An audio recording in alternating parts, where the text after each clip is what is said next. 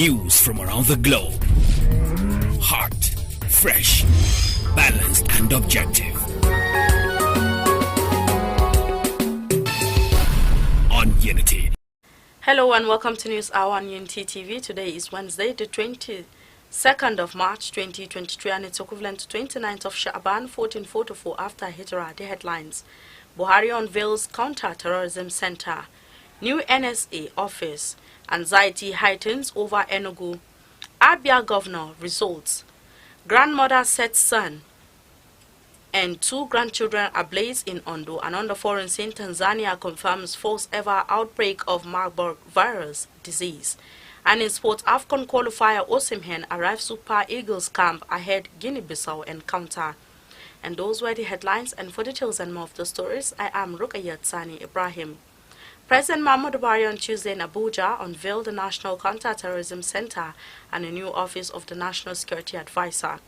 The 2 state-of-the-art facilities are meant to optimize efforts at addressing evolving security challenges in the country, especially terrorism and violent extremism. Speaking during the unveiling of the facilities, Buhari said they will serve as a major legacy to provide the incoming administration with infrastructure to effectively coordinate national security and counter-terrorism efforts. Anxiety over the release of the results of the governorship elections in Enugu and Abia states continued yesterday as the People's Democratic Party (PDP) and the Labour Party (LP) continued to lay claims to victories. Both parties have continued to mount pressure on the Independent National Electoral Commission (INEC) to declare the results and announce their candidates as the winner. They have also laid siege at the INEC office, vowing not to depart until the results were declared. In Abia State, the story is the same, as both the LP and the PDP accuse INEC of trying to manipulate the results. The contention in Abia were votes from Obinwa local government area, but Ferdinand Eke Omo, media aide to the governorship candidate of the Labour Party, Dr. Alex Oti, has urged that even if the entire accredited voters in the local council were allocated to the candidate of the ruling PDP, Oke Ahiwe, Oti will still win the poll. Candidate of the People's Democratic Party (PDP) Alhaji Atiku Abubakar has filed a petition to challenge the declaration of Bola Ahmed Tinubu of the ruling All Progressives Congress (APC) as the winner of the presidential election that was held on February 25. Atiku, in the petition which he lodged before the Presidential Election Petition Court (PEPC), sitting at the Abuja Division of the Court of Appeal, applied for the withdrawal of the certificate of return that was issued to Tinubu by the Independent National Electoral Commission (INEC). He maintained that the declaration of Tinubu as the winner of the presidential election was invalid by reason of non-compliance with the provisions of the Electoral Act 2022. He prayed the court to declare him the winner of the presidential election, having secured the second highest number of lawful votes cast at the election. It will be recalled that the Labour Party (LP) and its candidate, Mr. Peter Obi, had Monday night also filed a petition before the court to void the declaration of Tinubu as the president-elect. They prayed the court to hold that Tinubu was not legally qualified to contest the election, alleging that he was previously convicted and fined the sum of $460,000 by the United States District Court, North District of Illinois Eastern Division, for an offense involving dishonesty and drug trafficking. Obi prayed the court to declare him as the candidate that secured the majority of the lawful votes cast with the required constitutional spread of not less than 25% of the votes cast in at least two-thirds of the states of the Federation and the Federal Capital Territory, Abuja. President-elect Asiwaju Bola Ahmed Tinubu yesterday condemned what he described as isolated cases of infractions, ethnic slurs and violence that triggered the 2023 general elections, declaring that elections were now over for the healing process to begin. But the presidential candidate of the People's Democratic Party (PDP) Alhaji Atiku Abubakar, in a swift reaction, dismissed Tinubu's call for healing after a violent election as the height of hypocrisy. This came as the Washington Post commended the general election, stating that despite some obvious flaws in the process, the democratic system had held and was holding far better so far than might have been expected. It is even as the Sultan of Sokoto Alhaji Muhammad Sa'ad Abubakar III and President General Nigerian Supreme Council for Islamic Affairs (NSCIA) asked those not happy about the outcome of the just concluded general elections to seek redress in court and avoid the violent protests. A grandmother identified as Iforiti has allegedly set her son, wife and 2 grandchildren ablaze in Apomu community, Akwai, the Ondo State capital. Sources said the grandmother, who resides with her son in the same house, complained that they starved her of food.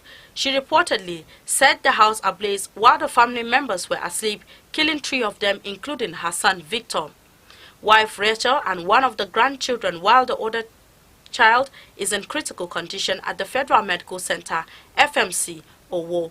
Korede said the suspect was not in any way affected by the fire, adding that the children could not send the woman out of the house when she started behaving strangely because it was built by her late husband. The state police spokesperson, Fumi Odulami, who confirmed the sad incident, noted that the case has been transferred to SCID for further investigations. Gunmen have abducted a 19-year-old Adetutu Okimbaloye in Imoru Town, Ose local government area of Ondo State, and abductors demanded a 10 million naira ransom before her release. Sources said the kidnappers invaded her parents' home and abducted 3 persons after inflicting injuries on them.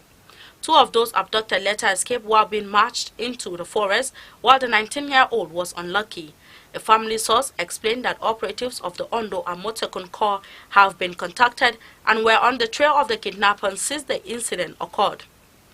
Police image maker in the state, Fumi Odulami, confirmed the incident.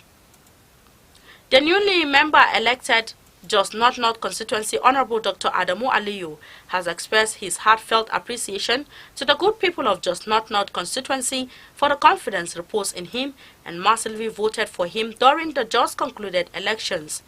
The newly elected member described his election for the state representative as one of the best feelings of his life. In a letter of appreciation he personally signed yesterday, Dr. Adamu Aliyu commended his staff and many volunteers who came forward to assist with his campaign, saying the success could not have been achieved without them, while noting that the essence of great leadership is influence, not authority. Dr. Adamu Aliyu further pledged to work with everyone to advance issues of importance to the constituency. He assured that his tenure in office will constitute quality representation, credibility, accountability, competence, strategic engagements, and opportunities, pledging to fulfill his campaign expectations. Recall that Dr. Adamu Aliyu contested against other candidates, among whom are Honorable Bashir Lawandi Datti of the People's Democratic Party (PDP), and won with huge votes to become the member-elect that will represent Jos North State constituency that have a total number of 7 wards. An Ebonyi State High Court sitting in Owutu Eda community in Afikpo South local government area have been set ablaze by hoodlums barely 24 hours after the governorship and House of Assembly elections. In an interview with newsmen, the registrar of the court, Mrs. Oluchi Uduma, confirmed that the court was set ablaze in the early hours of Tuesday at 2 a.m. Confirming the incident, the chairman, Afikpo South local government area, Chima Ekuma Kama, said the local vigilante team deployed to the court was distracted by someone who called them to come to a nearby school, only for the court which they were guarding to be set ablaze. He noted that the matter was reported to the police while efforts were made to arrest the perpetrators. A fire incident has occurred at the White House section of the Onitsha Market, Anambra State. The section, popularly called Bongboro, serves as a warehouse and also where lace and other clothing materials are being sold, and it is located at the back of the market. No one could ascertain the actual cause of the fire, but the inferno, which started in the early hours on Tuesday, has destroyed multi-million naira worth of goods. The state fire chief, Martin Agbeli, could not be reached for reactions at the time of filing this particular report at about 9:20 a.m. as the fire continued to rage. When contacted, the state police spokesman DSP Tochukwu Ikenga said the details are still sketchy, but situation is being monitored and firefighters, operatives and police are there. Other details shall be communicated. And on the foreign scene, Tanzania on Tuesday confirmed its first ever cases of Marburg virus disease after laboratory tests was carried out following reports of cases and deaths in the country, northwest Kagera region. This is coming 5 weeks after Equatorial Guinea confirmed its first ever outbreak of Marburg virus disease after it killed 9 people in the country.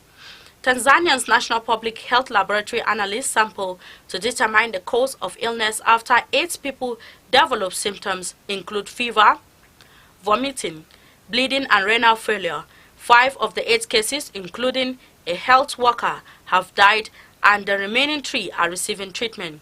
According to the World Health Organization (WHO), a total of 161 contacts have been identified and are being monitored.